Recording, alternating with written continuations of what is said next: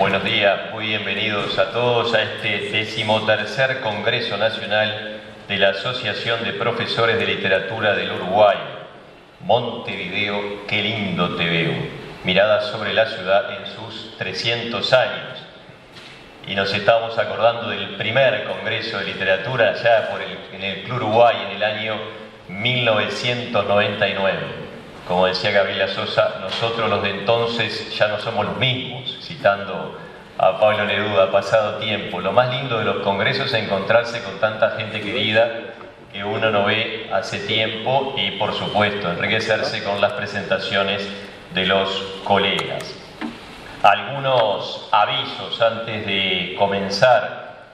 Les digo que contamos en la sala con la presencia del inspector de nuestra materia, Santiago Cortés, también con María José Larre Borges, y también por acá adelante tenemos a Hugo Achuga. Recordaba que en una de las tantas entrevistas que le hicieron, él dijo que su mayor título es ser profesor de literatura. Y recién me dijo, y sí, con eso me gané la vida.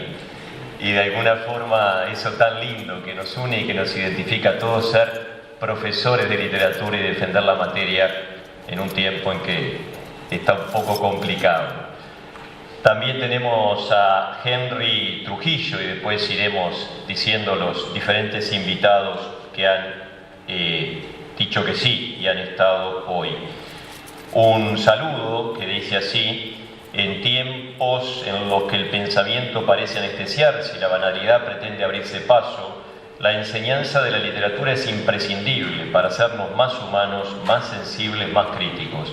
Felicito a quienes han dedicado su tiempo a organizar el Congreso y han posibilitado el encuentro entre colegas que con sus trabajos dejarán una vez más la literatura en el sitio que corresponde. Salud, afectuosamente, Margarita Muniz. Bien, vamos ahora sí a dar inicio a las palabras de apertura. Tenemos a la directora de APLU a cargo, que es Gabriela Sosa, y después vamos a tener palabras de la comisión organizadora del Congreso a cargo de Gustavo Calvo y Mariana Migliónico. Así que, para dar puntapié inicial a este Congreso, recibimos con un aplauso a Gabriela Sosa.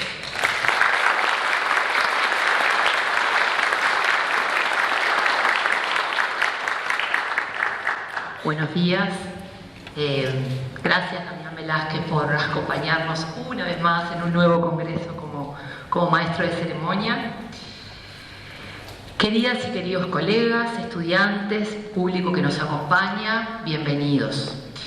En nombre de la Comisión Directiva, doy inicio a este 13º Congreso Nacional de la APLU, un nuevo espacio de encuentro, desarrollo académico y recreación en todas las acepciones que posee este término, que nos llena de orgullo y que renueva esta tradición del colectivo de profesoras y profesores de literatura de apostar por la formación permanente. Hemos sostenido la convicción de que junto a los pares mejor crecemos como profesionales y como seres humanos. También es un congreso que consolida el vínculo con instituciones amigas. La lista de agradecimientos es bastante extensa y los compañeros acá de la comisión organizadora detallarán los distintos apoyos que recibimos para que esta iniciativa pudiera concretarse con estas características.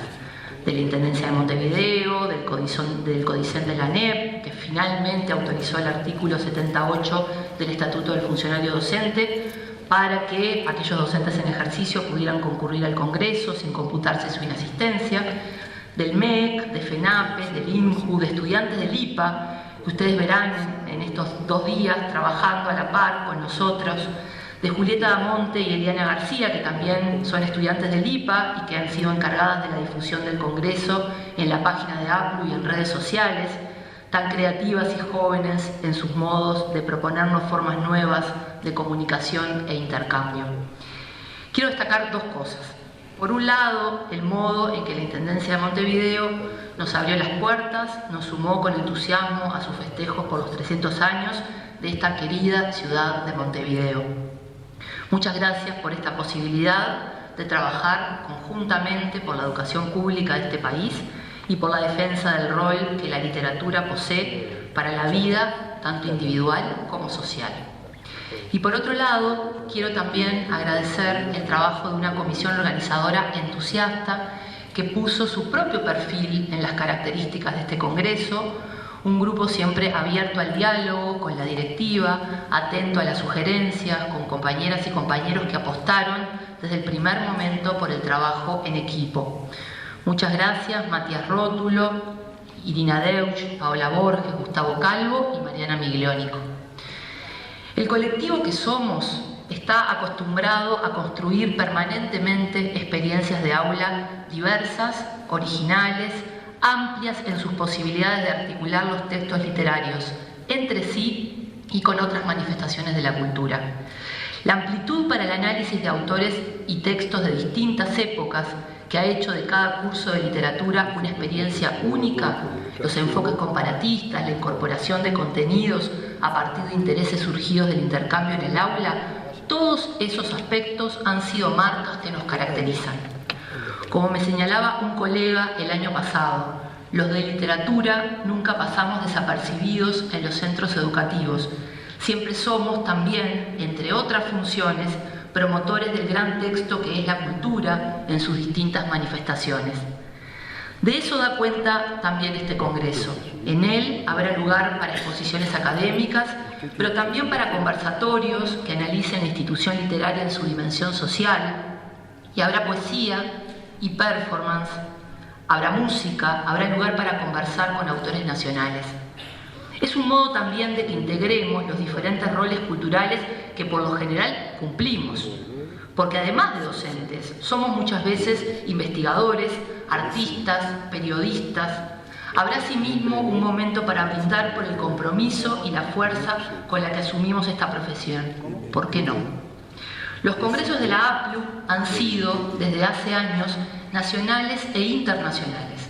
Es decir, a la participación de investigadores, docentes y estudiantes de aquí, sumábamos la presencia de algún invitado del extranjero que fuera referente en el tema elegido. Esta vez, pero no como un objetivo premeditado, sino como resultado que se dio de manera espontánea en el propio proceso de la organización, nosotros, los locales, los del país, somos los protagonistas para hablar de Montevideo. Es valioso que así sea, a veces, como forma de resignificar y poner en valor nuestra formación, nuestros intereses, nuestras prácticas. Cierro esta breve apertura con lo siguiente. Hay un artículo de Gustavo Remedi que señalaba cómo las personas suelen vincular los derechos humanos más importantes a aspectos de índole civil y política, ubicando en un segundo plano lo económico y lo social e incluso más atrás los derechos culturales, vistos muchas veces como un lujo o un ornamento. Nosotros existimos justamente para recordar y sostener a viva voz todos los días, en cada aula, que la cultura es un derecho indivisible e inalienable. Por eso esta asociación ha defendido y seguirá defendiendo el rol fundamental y específico de la disciplina en la currícula del sistema educativo uruguayo, seguirá defendiendo propuestas programáticas de calidad como la vía democrática más genuina de garantizar el derecho de cada ser humano a soñar otros mundos posibles. Tengo el privilegio de que me acompañen en la comisión directiva Leticia Collazo, Verónica Quintero, Álvaro Revelo y Paola Borges. De mi parte, un profundo agradecimiento a ellos también. Queda entonces inaugurado este 13º Congreso de la APLU. Muchas gracias por ser parte.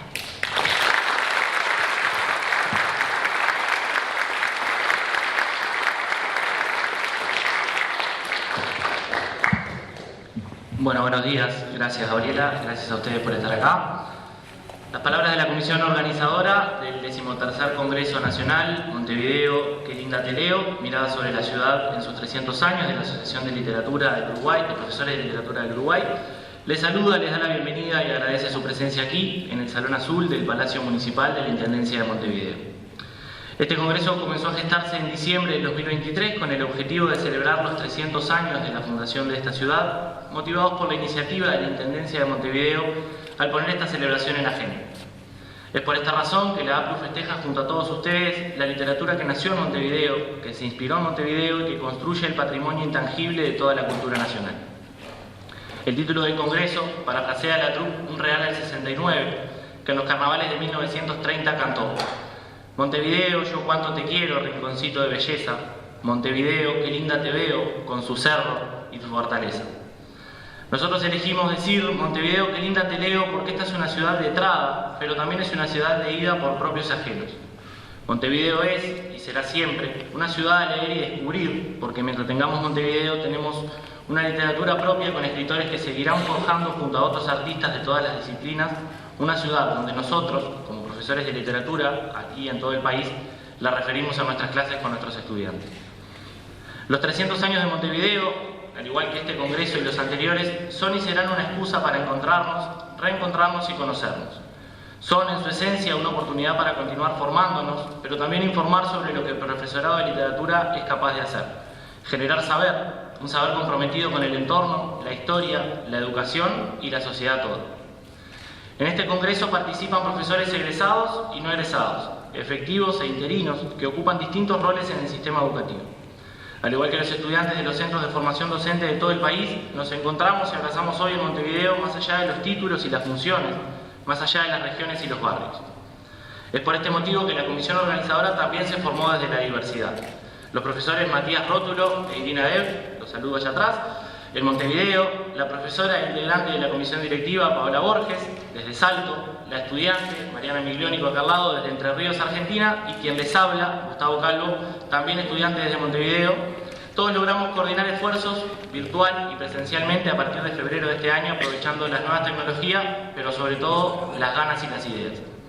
Nos propusimos un congreso que mantuviera la tradición de los anteriores, acumulando experiencias y buenos resultados, pero también enfocados en presentar una apertura artística que abarcara distintas expresiones de esta ciudad.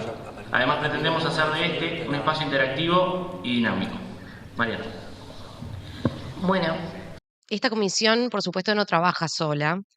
No podríamos estar hoy expectantes de los resultados en estas 2 jornadas sin el apoyo absoluto de la directiva de APLU, que ha sostenido en estos meses nuestra labor y nuestras ideas, guiándonos a las acciones que debíamos ir realizando, como tampoco podríamos haber avanzado con seguridad sin el apoyo de Néstor Sanguinetti desde la administración de la asociación. Hoy aquí hay estudiantes y docentes voluntarios que ustedes podrán identificar y que desde el primer momento se pusieron a disposición para colaborar en la organización logística de estas 2 jornadas. Ellos son Emily Rodríguez, Ayselén Cortés, Ivana Ciprioni, Lucrecia Escoto, Melina Flor, Bianca Caletano, Laura Cabeza, Georgina Moreira, Eliana Fernández y Emilia Saibene. Debemos agradecer también al equipo de redes de APLU, que integran Julieta Damonte y Elena García, quienes se han encargado de la difusión que todo evento necesita para salir adelante, aportando ideas y llevándolas a cabo.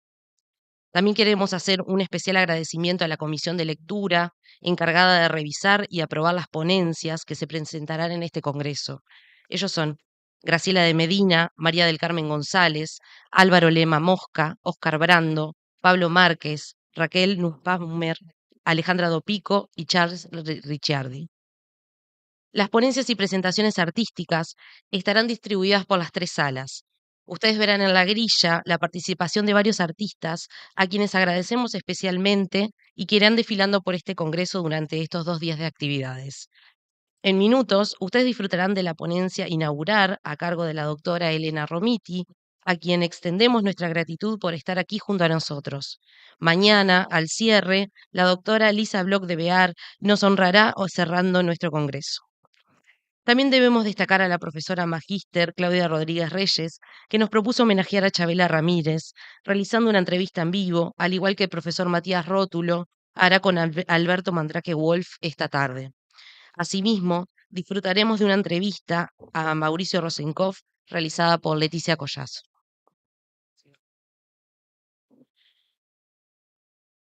Este congreso también, porque más allá de los agradecimientos, también tenemos otros, además, simplemente. No sería posible justamente este congreso sin el apoyo de los dueños de esta casa.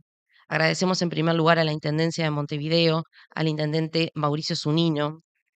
También queremos agradecer especialmente a la Dirección de Cultura de la Intendencia de Montevideo. Agradecemos además la gestión y apoyo de los funcionarios de la Dirección de Cultura y a los funcionarios de la Administración de las Salas Azul, Dorada y Roja por la buena disposición y colaboración. También destacamos el apoyo de la Federación Nacional de Profesores de Enseñanza Secundaria, que colaboró para que estudiantes del interior pudieran asistir al Congreso. Un Congreso que fue declarado de interés cultural por el Ministerio de Educación y Cultura, por lo que agradecemos al señor ministro Pablo da Silveira y en su nombre a todos los funcionarios del Ministerio por el apoyo y la colaboración. Destacamos el agradecimiento a Nicolás de Ragopián, coordinador del Instituto de Letras del MEC, por sus gestiones para que se facilitara el traslado de estudiantes. Asimismo, cabe una mención al señor intendente de Cerro Largo, José Yurramendi, por el apoyo en pasajes a estudiantes para dicho departamento. Esta comisión, como ya dijo Gabriela, quiere destacar los esfuerzos precisamente realizados por la APLU para la obtención del artículo 70.8 que permite a los docentes no contabilizar sus faltas en estos días para poder estar hoy aquí, en este congreso que fue declarado también de interés por parte de la Dirección de Educación Técnico Profesional y la Dirección General de Educación Secundaria. Agradecemos también el apoyo del Instituto Nacional de la Juventud por brindar el hospedaje de los estudiantes que asisten desde el interior. Sin duda es un apoyo fundamental para que este congreso esté al alcance de todos y todas. La comisión organizadora del Congreso se pone a las órdenes de todos ustedes por cualquier duda, consulta o inquietud que se presente en estos 2 días. Estaremos trabajando en todos los espacios e identificados para que ustedes puedan recurrir tanto a nosotros como a los demás colaboradores. Esperemos que este Congreso sea de su agrado, que quienes vienen del interior tengan una muy buena estadía y un muy buen retorno a sus hogares. Invitamos todos y todas a celebrar Montevideo desde la literatura, la educación y en especial desde la fraternidad de un profesorado cada vez unido. Muchas gracias.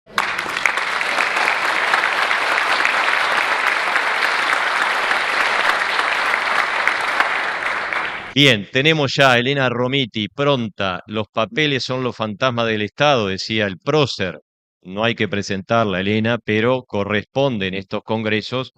Así que tenemos a Gabriela Sosa para presentarla. Yo lo único que voy a decir que estuvo desde el primer congreso, yo la recuerdo a Elena junto con otros queridísimos colegas como Tatiana Oroño, que levantaba su copa y nos felicitaba cuando terminó. Estoy como los señores mayores. En el año 1999 en el Club Uruguay. Estoy como los abuelos cuando empiezan con los nietos. Basta, abuelo, de vuelta al mismo cuento. Bien, Elena Romiti, lo único que voy a decir que estamos cerca del cumpleaños, 23 de septiembre. Bien, ahí está. Así ya después ya la saludamos. Bueno, ahora sí, Gabriela Sosa y después la queridísima Elena Romiti, que nos estábamos acordando, y ahora dejo de hablar porque estoy hablando demasiado. Cuando arrancamos nosotros hace mucho, casi 20 y pico de años, teníamos un libro que era como la Biblia, que se llamaba ¿Cómo es tu isla?, que te daba ejemplos de textos literarios, incluso definiciones, y yo me acuerdo que como un niño gateando me agarraba de ese libro para dar clase y hoy tuve la oportunidad de agradecérselo como la he plagiado a Elena Romiti tanto tiempo, pero me siento un poquito más disculpado porque ya se lo dije. Así que la recibimos con un aplauso.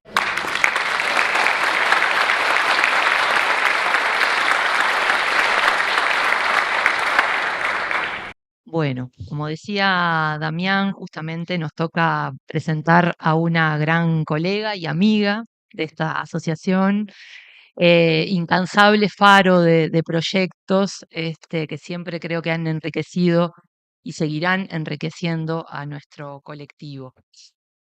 La presento. Elena Romiti es doctora en Ciencias del Lenguaje, mención Culturas y Literaturas Comparadas por la Universidad Nacional de Córdoba en Argentina, magíster en Literatura Latinoamericana por la UDELAR, profesora de Literatura egresada del Instituto de Profesores Artigas, es académica de número de la Academia Nacional de Letras del Uruguay, profesora de Literatura Iberoamericana y de Didáctica en el IPA, e investigadora de la Biblioteca Nacional de Uruguay, del Centro de Investigaciones de la Universidad de Córdoba y del Sistema Nacional de Investigadores del Uruguay. Voy a mencionar solo sus últimos libros porque la lista es muy extensa. María Eugenia Baferreira, Entre filósofos y sabios, de 2018. Unamuno y Uruguay, Archivo epistolar, de 2016. Los poetas fundacionales del Cono Sur, de 2013. y Los hilos de la tierra, relaciones interculturales y escritura, el Inca Garcilaso de la Vega, de 2009. Recibió el primer Premio Nacional de Literatura, categoría ensayo, en 2 oportunidades, 2011 y 2015, y el primer premio de narrativa 80 aniversario de UTE por su novela histórica El Abanico. Y además quiero agregar que Elena Romiti se ha embarcado en coordinar el nuevo proyecto de especialización y maestría en didáctica de la literatura, que tendrá inicio el próximo año en la Universidad CLAE y que justamente, como decía Damián hoy, es el resultado de un convenio con nuestra asociación. Así que gracias, Elena, por aceptar esta invitación al Congreso. Será un placer escucharte nuevamente. Bueno, muchas gracias. Bueno, buenos días a todos. Agradezco mucho a mis queridos colegas de la Asociación de Profesores de Literatura del Uruguay la invitación para abrir este congreso, que ya tiene una merecida y celebrada historia y que, bueno, hoy se dispone a conmemorar los 300 años de Montevideo. También quiero agradecer y celebrar el lugar donde transcurre nuestro encuentro, porque siendo el tema a tratar Montevideo, su intendencia parece ser el mejor centro de referencia para dialogar, proponer, conversar sobre el tema. Montevideo fue nombrada ciudad literaria por UNESCO en 2015. En el marco de la fundación de la Red de Ciudades Creativas, acontecida en el año 2004. Se diseñaron en ese momento 7 campos creativos: artesanía y arte popular, diseño, cine, gastronomía, literatura, artes mediáticas y música. Los criterios para ser ciudad literaria fueron la presencia editorial, la cantidad y calidad de literatura local y extranjera en los programas educativos, y esto lo subrayo, el papel de la literatura en la ciudad, así como de festivales y acontecimientos literarios, también la existencia de bibliotecas, librerías y centros culturales, y la implicación de los medios de comunicación en la literatura. UNESCO definió la Red de Ciudades Creativas como espacio de colaboración y experimentación para inventar la ciudad de mañana. En 2004, la primera ciudad literaria fue Edimburgo. En el año 2014, dentro del área hispanohablante, la primera fue Granada. En el año 2015, Montevideo fue la primera ciudad latinoamericana en ser designada ciudad literaria. Sin embargo, la raigambre literaria de nuestra ciudad podría decirse que es de larga data y que se remonta a sus orígenes. La pluralidad de topónimos y étimos que la nominan desde los primeros avistamientos europeos de su monte, que hoy es cerro, en el siglo XVI, y la posterior Plaza Fuerte, cuyo proceso fundacional se inicia en 1724, revela una vocación abierta hacia los mundos múltiples, cuyas puertas abre la literatura. Hemos escuchado con cierta asiduidad decir que los archivos monásticos son fuente inagotable de noticias. Están viendo uno de ellos. Sin embargo, nunca di mucho crédito a este acerto, con la salvada excepción que constituye la magnífica novela de Umberto Eco, cuyo título, El nombre de la rosa, da un buen punto de partida para esta comunicación, cuyo comienzo son las historias plurales del nombre topónimo de nuestra ciudad.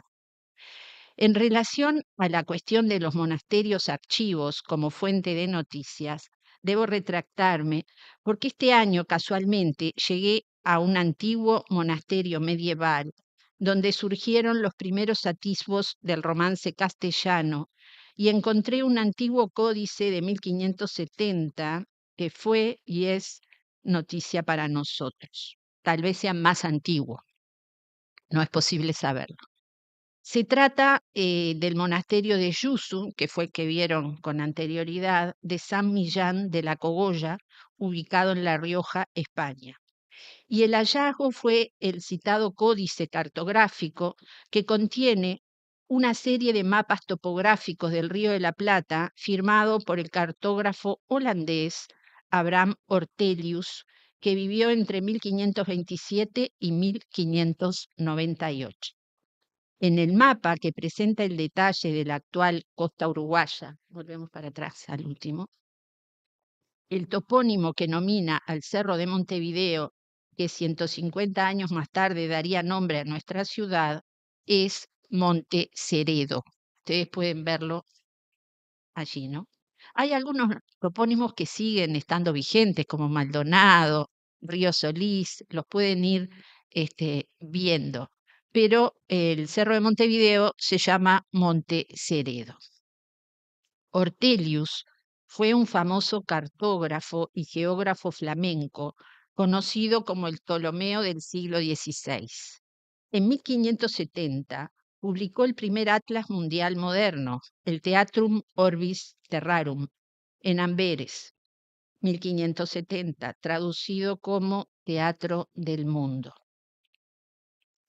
El hecho de que perteneciera a los Países Bajos españoles explica que Felipe II lo nombrara geógrafo de su imperio en 1575.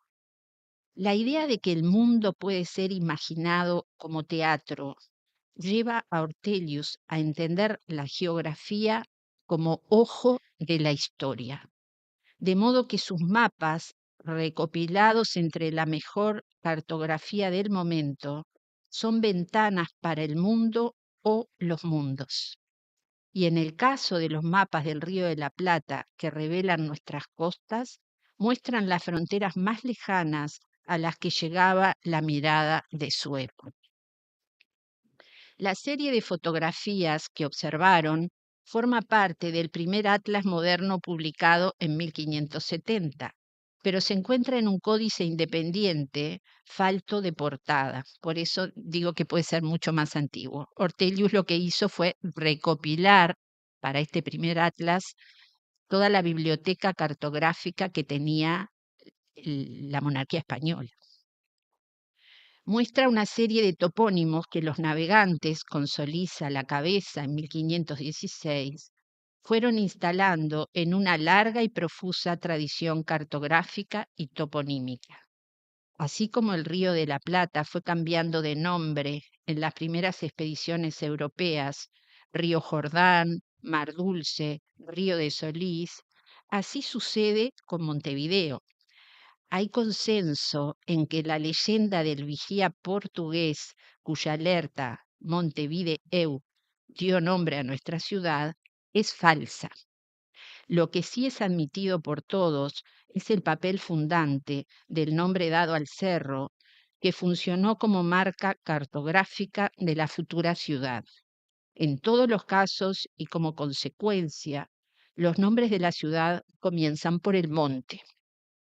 Francisco de Albo, piloto de la expedición de Magallanes, lo registró como Montevidi en su cuaderno de bitácora de 1520. Paul Grusac opina firmemente que el primer topónimo fue Monte de Santo Ovidio, transformado luego en Monte Ovidio y luego en Montevidio. Este santo era el santo más adorado por los navegantes portugueses del siglo XVI. Al respecto, el historiador uruguayo Buenaventura Caviglia Hijo advierte en su conferencia de 1925, que publicó en su libro La etimología del nombre de Montevideo, pistas y sugestiones para rastrearla en un primitivo, que también data de 1925, advierte que el piloto Albo, luego de nominar Montevidia nuestro cerro, añade, cito, corruptamente llamado ahora Santo Vidio, aclaración conformada por una interpolación de un copista posterior, pero que restablece la cronología etimológica anterior a la de Grusac. A su vez, Caviglia propone un variado y numeroso repertorio de posibilidades y relatos consecuentes del nombre de la ciudad Cerro. Muchas de sus hipótesis parten del hecho real de que la escritura manuscrita de la época codificaba numerosas abreviaturas según sistemas variados que son sumamente difíciles de descifrar. En líneas generales, valora la posibilidad de que el topónimo primitivo provenga del santoral y en razón de las citadas abreviaturas justifica los nombres de Monte de la Virgen de Candelaria y Monte de la Virgen de Inmaculada Concepción. Pero también admite la posibilidad que documenta en mapas del siglo XVII y XVIII del topónimo Monteceredo, de filiación holandesa. A este topónimo dedica varias interpretaciones, entre las que destaca la traducción del holandés y del ruso, que ponen en relación el término seredo con el significado sexto, de modo que la propuesta sería Monte Sexto o Monte Seis, hecho que coincide con otras lecturas del Monte Vidi como Monte Sexto de Indias. Según esta propuesta, los navegantes llegados de Europa habrían intentado fijar sus posiciones náuticas contando montes o cerros desde el este al oeste del estuario. Los relatos suelen ser hipótesis alternativas a una realidad siempre cambiante, y en el caso de la historia del topónimo Montevideo, sugieren una naturaleza proliferante e inacabada de honda textura literaria. Los mapas de Abraham Ortelius, que traje del monasterio de San Millán de la Cogolla, alertan sobre la fecha de la línea toponímica de Monteceredo, que hasta el momento se consignaba en los siglos XVII y XVIII y que observamos es anterior, según reza este hallazgo documental, y que revela una datación más antigua e imposible de fijar, ya que Ortelius se valió de todo el archivo cartográfico del Reino de España para su obra magna. Se trata de una nueva apertura en el tiempo de un recorrido nominal y paralelo a los que prevalecieron, a la vez que de una historia olvidada. Cambiamos. En este sentido, Vicente Chicalese, en su libro Montevideo y su primer escritor, José Manuel Pérez Castellano, un libro del año 1987, recuerda que el inicio de la literatura uruguaya se dio con los textos de Pérez Castellano referidos a Montevideo. Cito: Montevideo es quizás la única ciudad en el mundo que puede jactarse de que su propio panegírico, escrito por el primogénito de sus próceres, abra magistralmente su literatura. Fin de cita.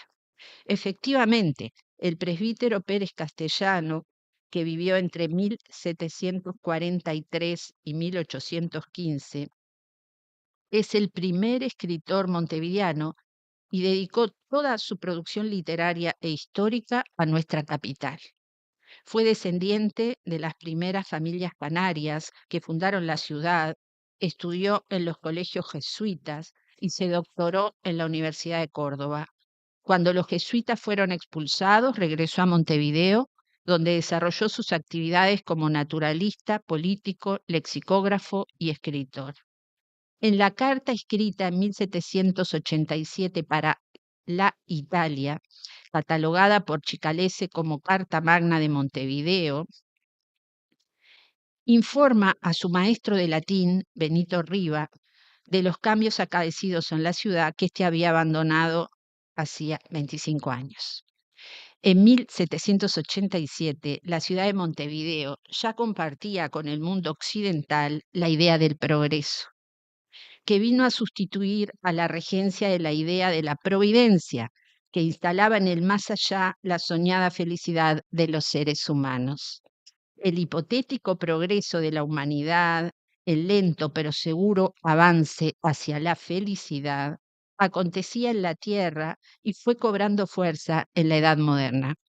Pérez Castellano desarrolla la descripción de su ciudad a la luz de esta idea del progreso, a sabiendas de que su interlocutor apreciaría el cambio acontecido. Cito: está tan adelantada que desde la bahía da golpe agradable a la vista, porque todas las casas se fabrican ahora de azotea, con vistosas cornisas, remates y chapiteles, muchas de ellas. Los balcones de hierro para las casas de alto y las rejas para las ventanas de calle son ya comunes. En estas se tiene el gusto de poner en los patios emparrados de uvas moscateles y de uvas negras grandes como las de Córdoba. Con motivo de las azoteas se van introduciendo aljibes en los patios y las casas que los tienen y usan de su agua para beber, ponderándola más delgada que la de Canarias. Del fuerte antiguo no ha quedado más que la capilla. La ciudad tiene ya una casa decente con un gran balcón a la plaza, en lo alto de sus piezas separadas para cada juzgado y en lo bajo para el cuerpo de guardia, cárceles y calabozos para hombres y mujeres. La iglesia matriz, en orden al edificio, es la misma que era antes, pero en orden de sus alhajas y adornos. Fin de cita.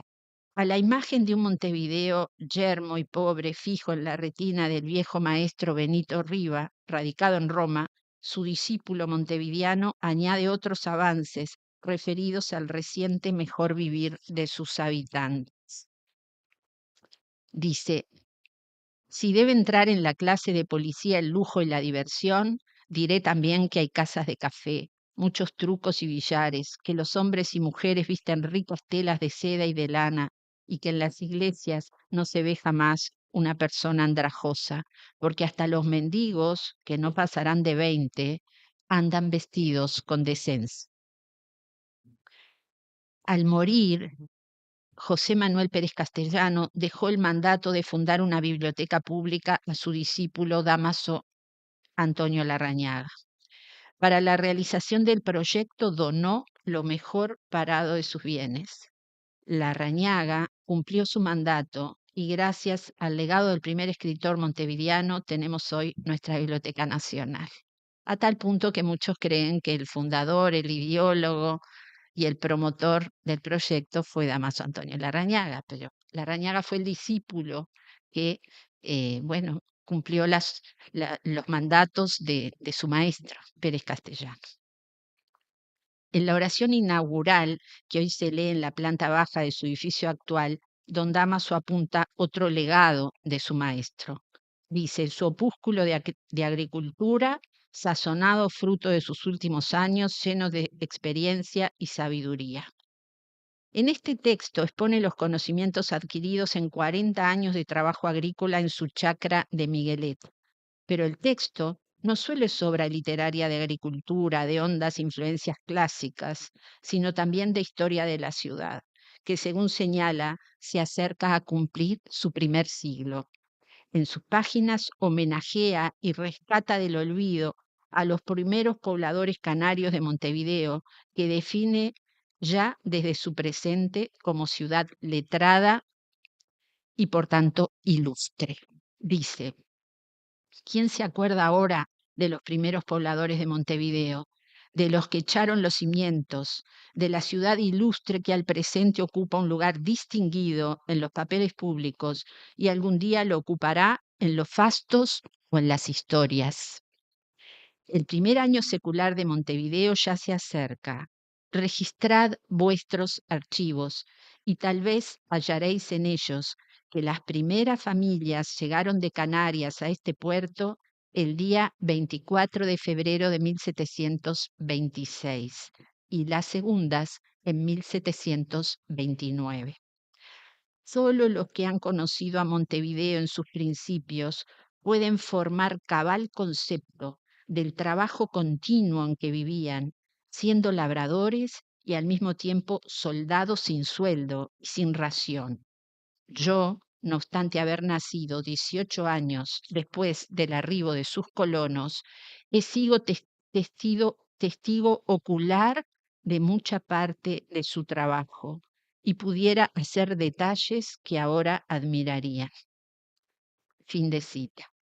De este ilustre montevideano no solo permanecen en el olvido sus textos literarios e históricos, su autoría en la fundación de nuestra Biblioteca Nacional, sino también su decisivo accionar político.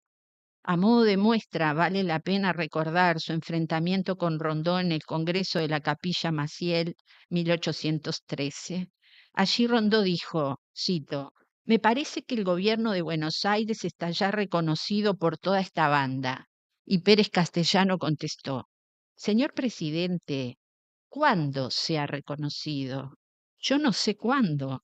Lo que yo sé es que el mismo derecho que tuvo Buenos Aires para sustraerse al gobierno de la metrópoli en España, tiene esta banda oriental para sustraerse al gobierno de Buenos Aires».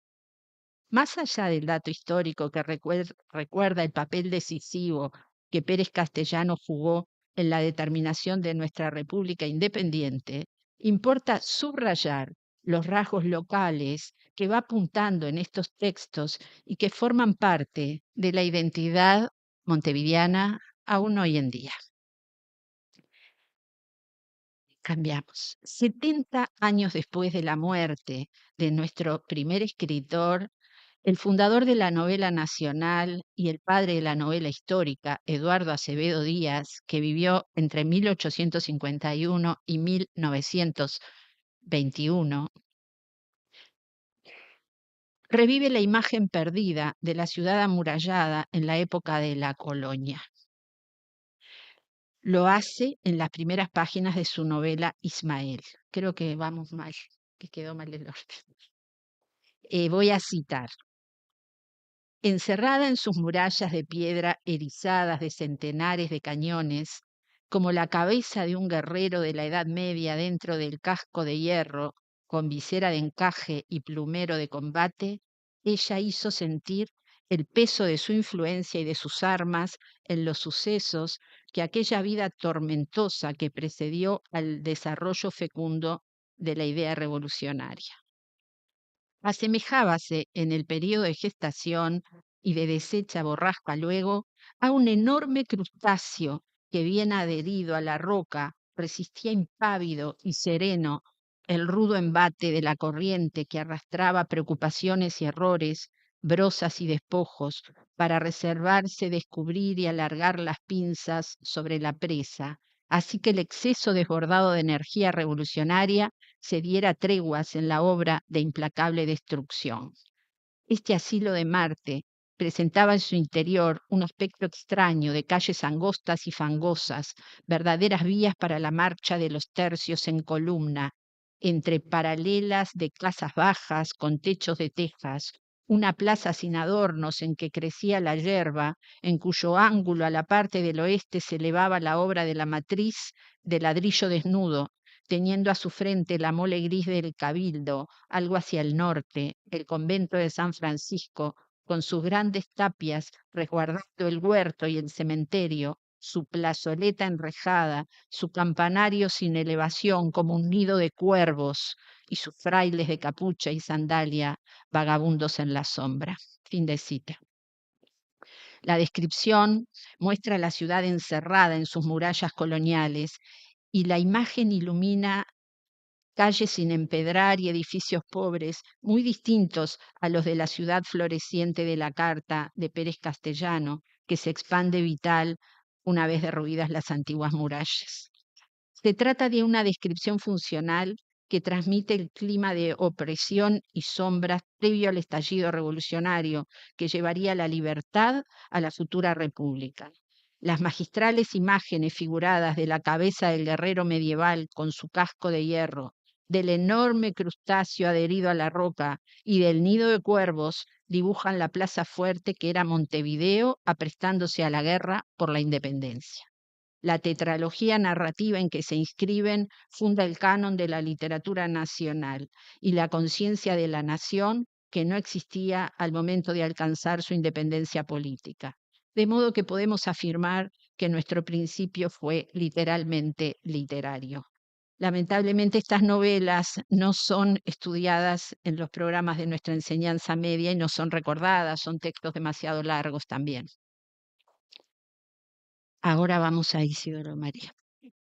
En el total velo del olvido se encuentra el poema titulado La Ciudadela de Montevideo del poeta y escritor Ramón de Santiago, que vivió entre 1831 y 1900 y que inmortaliza la demolición de los últimos tramos de la antigua muralla montevideana, que no se dio en una sola fecha. El proceso empezó paulatinamente y se instaló en 1828.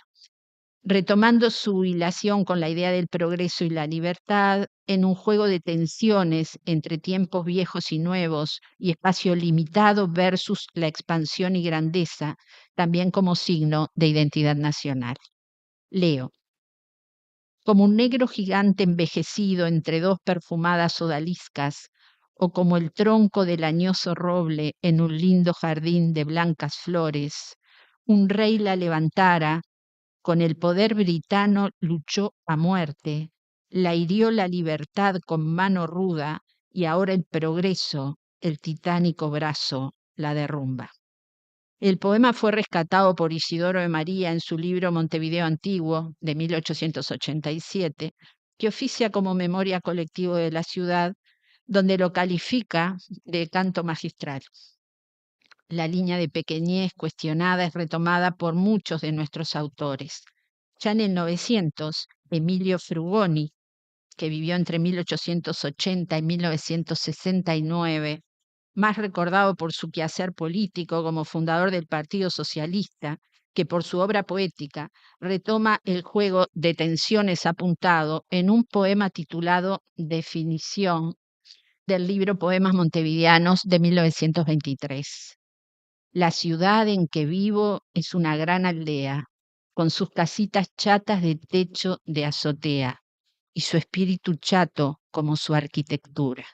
En fin, que tiene el genio igual a la figura. Sin embargo, su vida no carece de encanto, el encanto de un sueño quieto, mas no profundo, al cual llegan afónicos los rumores del mundo. Su ritmo es cadencioso, lento como el de un canto de cuna, pero aquí gira en tanto la diabólica rueda de la fortuna. El juego de oposiciones se anuncia en la definición oximorónica de Montevideo como gran aldea, en las casitas disminutivas y en la chatura de casas y genio, de sueño lento, enfrentadas al giro rápido de la diabólica fortuna. La misma seña de identidad en el formato alto-bajo pervive ya entrados los años de la vanguardia en el poema Rascacielos de Salvo de Alfredo Mario Ferreiro, que vivió entre 1899 y 1959, integrado en el poemario titulado El hombre que se comió un autobús de 1927. El rascacielos es una jirafa de cemento armado con la piel manchada de ventanas. Una jirafa un poco aburrida, porque no han brotado palmeras de 100 metros. Una jirafa empantanada en Andes y 18, incapaz de cruzar la calle por miedo de que los autos se le metan entre las patas y le hagan caer. ¿Qué idea de reposo daría un rascacielos acostado en el suelo? A su vez, en el contexto de las vanguardias, el pintor Joaquín Torres García, que vivió entre 1874 y 1949, narra su regreso del exilio en Historia de mi vida de 1934. Dice en el final, con cuánta alegría comenzó a preparar todo para volver a ver otra vez aquel Montevideo que dejó tan joven. Recuerden que en esta autobiografía él narra en tercera persona. Y es que el sentimiento patrio, dígase lo que quiera, es algo indestructible. Quien dijo la madre patria dijo algo muy justo. No ser ya más extranjero, estar entre los suyos, ¿no era lo que podía hacerle más feliz? Con toda alegría, pues, y con toda ilusión, embarcaron en Cádiz el 11 de abril de 1934 en el Cabo San Antonio. Pero, ¿cómo sería recibido? Había escrito a los pocos amigos que allí tenía y de estos al menos no dudaba. Muy de mañanita, varios días después, ya ven la costa uruguaya y al fin el cerro y la ciudad y la banderita que no renegó nunca. El vapor entra en el puerto, busca un sitio y allá un grupo de gente. Torres García tiene vista muy fina y ya los va reconociendo. Alza los brazos y ya le reconocen también. Torres García, ya estoy aquí. Lentamente, muy lentamente, el vapor se acerca al muelle. Hay dificultades, interviene el capitán, dudas, pero la escala se ha tirado y los otros suben y lo sacan de allí, periodistas le interrogan, fotógrafos lo hacen posar. Está entre los suyos. Ahora lo reconoce bien y respira. Y después reconoce a las casas y a las piedras del suelo con aquel pastito entre medio. Son aquellas, las mismas. Y lo demás de Torres García otro podrá contar. Así termina su autobiografía en octubre de 1934. Como los primeros navegantes, Torres García, que conservaba su poderosa vista, descubre desde el barco el cerro en primera instancia, luego la ciudad, la banderita y finalmente, entre las piedras del suelo, el pastito entre medio. Comparte como signo de identidad el diminutivo y los elementos que representan a Montevideo. A pesar de los 43 años de exilio, es reconocido por los montevideanos. Más allá del registro anecdótico, el reconocimiento de lo pequeño, de las piedras y el pastito intermedio proyectan su ver el mundo y una construcción cognitiva de base filosófica teorizada por el autor. En 1943 presenta su cuadro Ciudad constructiva con hombre universal, en donde hace dialogar la iconografía indígena con el paisaje urbano local en un trasiego de lo uno y lo diverso, del fragmento olvidado y el símbolo propio del intelectual latinoamericano. Ya en la época de la dictadura uruguaya, Hugo Achugar, que hoy nos acompaña, nacido en 1944, publica en el diario venezolano El Nacional, fecha incierta entre 1979 y 1981. Desde el exilio, él estaba en el exilio venezolano, en la época de la dictadura, un texto en prosa poética titulado La ciudad perdida, que más tarde publica en su libro Las mariposas tropicales, que es del año 1987, en Hannover, editorial del Norte. Se trata de un texto literalmente perdido, de cuya existencia me alertó el profesor Rafael Varela y al que accedí a través del propio autor. Presento ahora algunos fragmentos que revelan su íntima conexión con la memoria literaria montevideana. La ciudad estaba cerca del mar. Las calles arrancaban en la arena y entre rocas, pastos y malezas se metían por las casas hasta que se hinchaban de luces. Era una ciudad de esquinas, más aún era una ciudad esquina. El futuro estaba lleno de esquinas y los hombres no aprendieron nunca a calcular el riesgo de lo inesperado. A decir verdad, en los fondos de las casas, en las azoteas de los edificios, había panoramas o miradores desde donde hubieran podido observar el campo, plano y suave, como modelado en barro por alfareros primitivos. Pero su vista esquinada nunca se acostumbró a los grandes espacios. La mirada llegaba hasta unos cientos de metros y luego se cortaba, como si estuvieran siempre frente a una calle ciega y amurallada. La ciudad estaba como volcada sobre el mar, sufría de una profunda escoliosis que la inclinaba hacia el agua de modo irremediable. Por esto, la profesión de marino o de viajero Era siempre la más poblada en las estadísticas a que se dedicaron durante mucho tiempo los sabios de la ciudad. La inmensa Plaza de la Libertad, donde celebraban en los días de festejo nacional los nombres legendarios del pasado, estaba rodeada de agencias navieras y aéreas, y las gentes que deseaban partir o llegar o encontrarse en la ciudad pensaban en la Plaza Libertad, con lo que plaza y palabra llegó a significar lo mismo, viaje.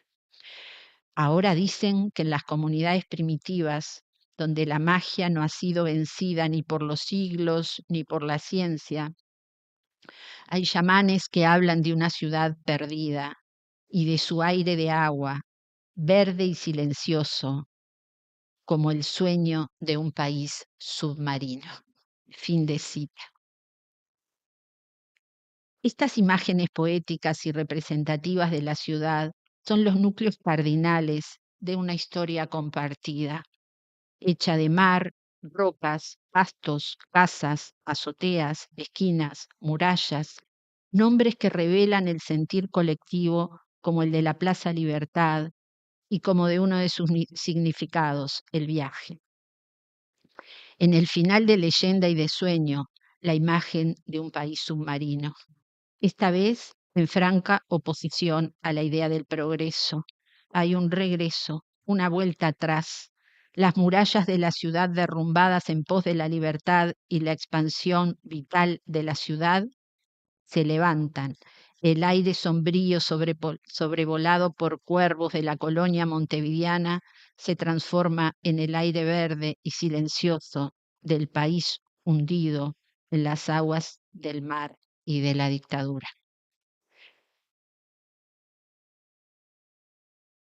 A medio camino emerge el recuerdo de la imagen del enorme crustáceo adherido a la roca que resistía, impávido y sereno, en la prosa de Eduardo Acevedo Díaz.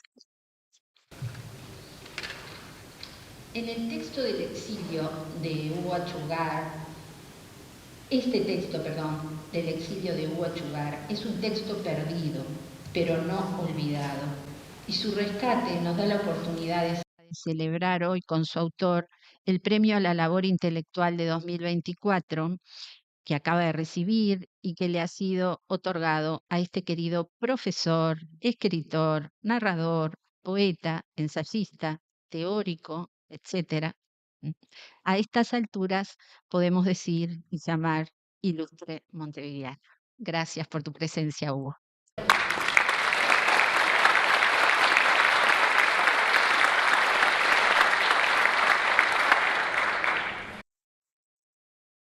Bueno, vamos llegando al final. Para ser fiel a la estructura de hilación de esta comunicación, en el cierre incluye un poema que conlleva las constantes identitarias señaladas, pero que abre puertas, espacios y tiempos propios del ejercicio literario y de las mentes libres. En el cercano año de 2010, Ida Vitale publica el libro titulado Mella y Criba, en cuyo apartado Ciudades presenta el poema Montevideo II. Montevideo era sencilla y verde, quebradiza de tanta línea recta. Algunos ángulos, como esquinas para el sueño, mientras a este lo ayudó la suerte. Pero sobre lo escrito por la historia, que alguien quizá sabrá leer mañana, ingenuidad y errores han pasado, y nació el palimpsesto de la trampa. Se lavó la confianza y la alegría, el gusto ha abierto corazón del viento. Regresarán en luz de las ventanas, tanta presbicia vuelve inútil todo. Los jóvenes podrán ganar de nuevo el campo de alma que les ha quitado un carnaval que dura en la tristeza de los que callan lo tergiversado. Desde la ciudad de Montevideo verde, sencilla y con esquinas, retomada del palimpsesto colectivo, se desliza la pregunta a y sobre los jóvenes. La poeta pregunta sobre el posible pero no seguro regreso de la luz de las ventanas.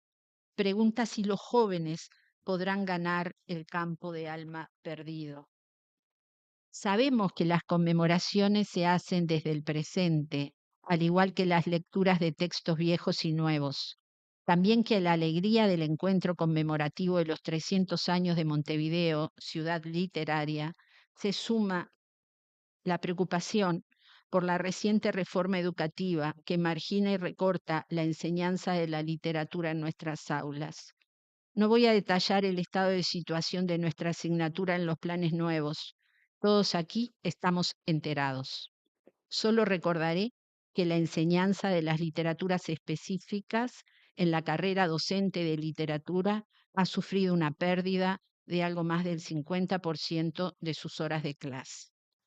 Esto significa que los uruguayos sabrán menos literatura, que la Montevideo literaria será menos literaria, pero detrás de esto, y me apoyo en esta imagen de los filamentos nerviosos cerebrales que está en la pantalla, significa que algo cambiará en los cerebros y capacidades cognitivas de los jóvenes uruguayos del futuro. Si cada texto leído y descifrado abre una ventana a otro mundo, a otros espacios y tiempos, y acá estuve tentada de citar el poema de Borges, Montevideo, del libro Luna de Enfrente, 1925, pero decidí no citarlo, a pesar de que habla de Montevideo como puerta falsa en el tiempo, lo cual venía muy a cuento, porque allí también dice: Montevideo, eres el Buenos Aires que tuvimos. Y hoy honramos al presbítero Pérez Castellano y él se enojaría, entonces no lo puse. Decidí dejarlo, el poema maravilloso, pero hoy honramos al presbítero. Bien, entonces repito, si cada texto leído y descifrado abre una ventana a otro mundo, a otros espacios y tiempos, esto es, derriba murallas e ilumina ciudades oscuras, permite ganar campo de alma, en palabras de Ida Vitale, florecer el árbol de los filamentos y circuitos neuronales, pensar y viajar libremente, convengamos en interpelar los que callan lo tergiversado. La memoria del colectivo vive en las imágenes literarias de su archivo. Son su patrimonio. El Monte Ceredo y su historia alternativa, el casco de hierro del guerrero medieval, el enorme crustáceo adherido a la roca, las casas chatas, el palacio salvo, las esquinas, lo verde y lo triste, la estatua de la libertad, la ciudad sumergida, conforman la ciudad literaria de Montevideo. El mosaico de imágenes constituye su identidad y sus imágenes no pueden ser olvidadas y menos aún perdidas. Muchos antiguos navegantes que divisaban el monte Ceredo o Video buscaban una puerta para el mar del sur, el que sería luego Océano Pacífico. Otros buscaban la puerta hacia antiguas ciudades de plata y de oro. La historia de nuestra ciudad-puerto fue imaginada como puerta y ventana a mundos mejores y libres. El solo pasaje por esa puerta ficticia era, es y será un acto de libertad, como es por definición la literatura.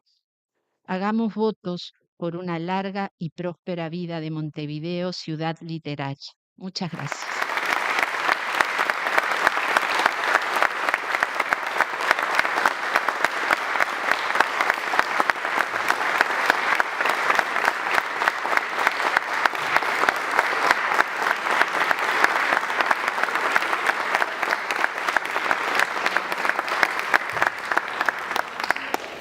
Bueno, y es alegórico que esta primera conferencia la tengamos detrás de la Puerta del Paraíso de Viverti, de Elena Romiti, a quien le agradecemos infinitamente por dar apertura, y también a Hugo Achugar, que está presente en sala, y es la verdad regalo de la vida. La vida tiene colores como los del cielo, dice Liber Pacho, y tenerlo aquí a Hugo es uno de ellos.